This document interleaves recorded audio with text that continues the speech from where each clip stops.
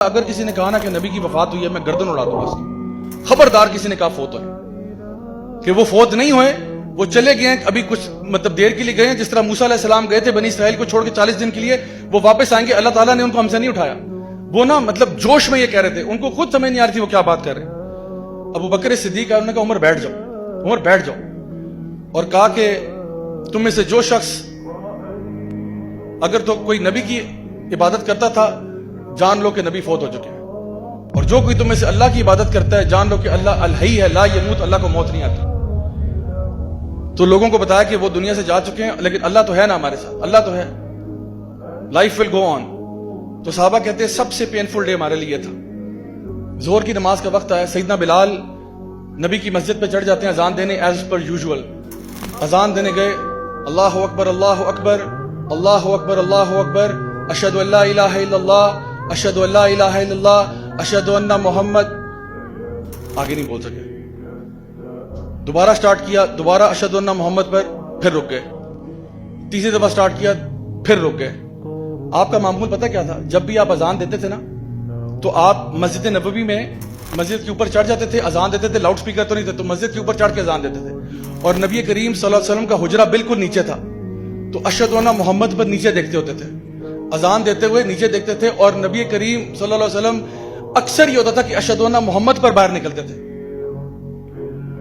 تو آج آپ اذان دے رہے ہیں لیکن اشہد ان محمد پر کوئی باہر نہیں نکل رہا. تو آپ سے اذان نہیں دی گئی, حتیٰ کہ ابو بکر صدیق آئے, انہوں نے کہا بلال بیٹھ جاؤ, اور باقی اذان انہوں نے دی. سیدنا بلال نے کچھ دن گزرنے کے بعد, اچھا انہوں نے اس کے بعد اذان دینا چھوڑ دی. انہوں نے کہا میں اذان نہیں دے سکتا. کئی دن گزر گئے, سیدنا بلال نے اذان نہیں دی. پھر ایک دن ابو بکر صدیق کے پاس آئے. اس ٹائم تک سیدنا ابو بکر جو تھے وہ خلیفہ نومینیٹ ہو چکے تھے. تو کہا کہ اے امیر المومنین آپ سے گزارش ہے. کہ جی بلال فرمائیے کیا گزارش ہے؟ کہا گزارش یہ ہے کہ آپ مجھے مدینہ چھوڑنے کی اجازت دے دیں. تو کہا بلال یہ کیسے ہو سکتا ہے؟ انہوں نے کہا میں یہاں رہ نہیں سکتا. کیا ہو گیا بلال؟ امیر المومنین اٹس ٹو پینفل, یہ بہت پینفل ہے, میں مدینہ میں نہیں رہ سکتا. جب تک نبی تھے میں یہاں ٹھیک تھا, لیکن اب مجھے جانے دیں, اللہ کی راہ میں نکلنے دیں, چاہے میں دین کا علم سیکھوں, دین کے کام کروں, جہاد فی سبیل اللہ کروں, مجھے چھٹی دے دیں. تو سیدنا ابو بکر نے کہا سوال ہی پیدا نہیں ہوتا بلال, تمہیں کیسے جانے دیں ہم؟ تو انہوں نے کہا ایک میری سوال کا جواب دے دیں, آپ نے مجھے آزاد کیا تھا, میں ہمیشہ آپ کا احسان مند ہوں, لیکن سچ سچ بتائیے اگر آپ نے مجھے آزاد اپنی ذات کے لیے کیا تھا تو میں یہاں رک جاتا, لیکن اگر آپ نے مجھے اللہ کے لیے آزاد کیا تھا تو خدا کی قسم مجھے جانے دیں. سیدنا ابو بکر نے کہا ٹھیک ہے بلال, اگر ایسی بات ہے تو جاؤ. سیدنا بلال نکل گئے, اور سال گزر کے غائب ہیں, سین سے غائب ہیں. عمر یعنی ابو بکر صدیق فوت ہو جاتے ہیں. عمر ابن خطاب کی خلافت آتی ہے, جروسلم فتح ہوتا ہے. وہ واقعہ یاد ہے نا جو اونٹ کے اوپر آپ نے اپنے غلام کو بٹھا کے خود پیدل چلے تھے, تو وہاں چلے جاتے ہیں, جروسلم فتح ہوتا ہے, مسلمانوں کے ہاتھ آتا ہے. اس دن سیدنا بلال جروسلم میں تھے, وہ ادھر ہی تھے, بیت المقدس میں تھے. تو صحابہ نے جب دیکھا کہ جی جروسلم مسلمانوں کے ہاتھ آ گئے, سب نے کہا بلال کہاں ہے, بلال کہاں ہے؟ کہا سیدنا بلال آپ اذان دے دیں.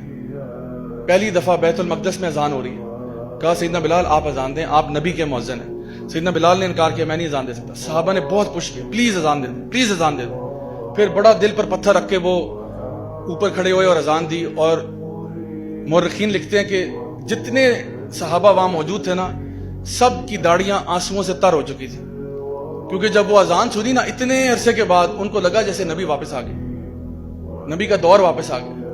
کیونکہ یہ اذان آخری دفعہ نبی جب زندہ تھے تب سنی تھی, جب وہ دنیا میں موجود تھے تب سنی تھی. تو اب دوبارہ سن رہے ہیں تو سب کے دل لرزے ہوئے تھے, سب رو رہے ہیں.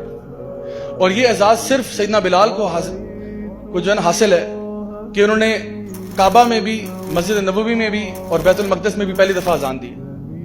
تینوں جگہ, اور یہ 3 مقدس ترین جگہ ہیں جہاں پہ تینوں پہ آپ نے اذان دی ہوئی. اچھا اس کے بعد کیا ہوا, آپ اذان دی, آپ بھی ایموشنل ہو گئے, ظاہری بات ہے. آپ وہاں سے نکل کے ڈماسکس چلے گئے, سیریا چلے گئے. سیدنا بلال سیریا چلے گئے ڈماسکس میں. کئی عرصہ وہاں گزر گیا. ایک دن کہتے ہیں رات کو میری خواب میں نبی کریم صلی اللہ علیہ وسلم آئے, اور کہتے ہیں کہ بلال کیا ناراض ہو میرے سے, اتنا عرصہ گزر گیا تم آئے نہیں مدینہ. تو سیدنا بلال کہتے ہیں کہ مجھ سے رہا نہیں گیا, میں نے نہ ادھر دیکھا نہ ادھر دیکھا, کچھ نہیں دیکھا, میں بس بھاگا مدینے کی طرف. کہ اب تو نبی خواب میں آ گئے. کہتے میں مدینہ پہنچا, سیدھا روزہ رسول پر گیا اور کہا کہ میں آ گیا ہوں یا رسول اللہ, میں آ گیا ہوں واپس, اور کہا کہ میں آپ کو نہیں بھولا, میں آپ پر درود بھیجتا ہوں, آپ پر سلام بھیجتا ہوں, آپ کے فیملی کے لیے دعائیں کرتا ہوں, میں آپ کو نہیں بھولا. اچھا آپ وہاں پہ روزہ رسول پہ ہیں, رو رہے ہیں. اتنی دیر میں نا کسی نے جا کے یہ خبر سیدنا حسن اور حسین رضی اللہ عنہما کو دے دی کہ بھئی سیدنا بلال آئے. میں کیونکہ کسی کو بتا کے تو آئے نہیں تھے, یہ پہلے سے اعلان تو کروایا نہیں تھا کہ میں مدینہ جا رہا ہوں, وہ تو بس اٹھے اور بس پہنچ گئے. تو سیدنا حسن اور حسین نے دونوں نے ہاتھ پکڑ کے کہا کہ سیدی آج اذان آپ دیں گے. اور آپ یقین کریں کہ اتنے عرصے بعد سیدنا بلال نے مدینہ میں اذان دی, اور مورخین اور محدثین لکھتے ہیں کہ کوئی ایک آنکھ بھی اس دن آنسوؤں سے خالی نہیں تھی. لوگوں نے جب اذان سنی نا, انہوں کو لگا جیسا کہ نبی کریم صلی اللہ علیہ وسلم مدینہ واپس آ گئے. آپ سوچیں کہ یہ وہ صحابہ ہیں جو نبی پر جانے دیتے تھے, یہ وہ لوگ ہیں جو سٹرینجرز تھے, یہ وہ لوگ ہیں جو اپنے دین پر قائم تھے.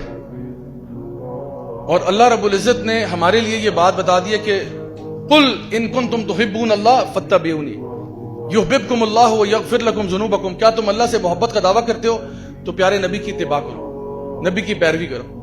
اور آپ اگر صحابہ کی زندگی اٹھا کے دیکھیں, آپ یقین کریں ہمیں اپنے اعمال پہ شرم آتی ہے کہ ہمارے کیا اعمال ہیں. صحابہ کا طرز عمل کیا تھا, کتنی نبی سے محبت کرتے تھے. لیکن ایک خوشی کی بات یہ ہے کہ نبی نے فرمایا تھا کہ جو جس سے محبت کرتا ہوگا اسی کے ساتھ اٹھایا جائے گا. صحابہ کہتے ہیں جس دن ہم نے یہ حدیث سنی نا, ہمارے لیے وہ دن ہمارا عید کا دن تھا. یعنی اس دن ہماری عید تھی, کیونکہ اور ہماری خطائیں اپنی جگہ, ہمارے گناہ اپنی جگہ, ہمارے مسئلے اپنی جگہ, لیکن ہمیں رائی برابر بھی شک نہیں تھا کہ ہم نبی کریم صلی اللہ علیہ وسلم سے محبت کرتے ہیں. ہمیں یقین تھا کہ ہماری محبت نبی کے ساتھ سچی ہے. اور اس لیے جب انہوں نے یہ کہا نا کہ ہر بندہ اسی کے ساتھ اٹھایا جائے گا جس سے محبت کرتا ہوگا, تو ہمیں اس بات پہ خوشی تھی کہ انشاءاللہ ہم نبی کریم صلی اللہ علیہ وسلم کے ساتھ اٹھائے جائیں گے.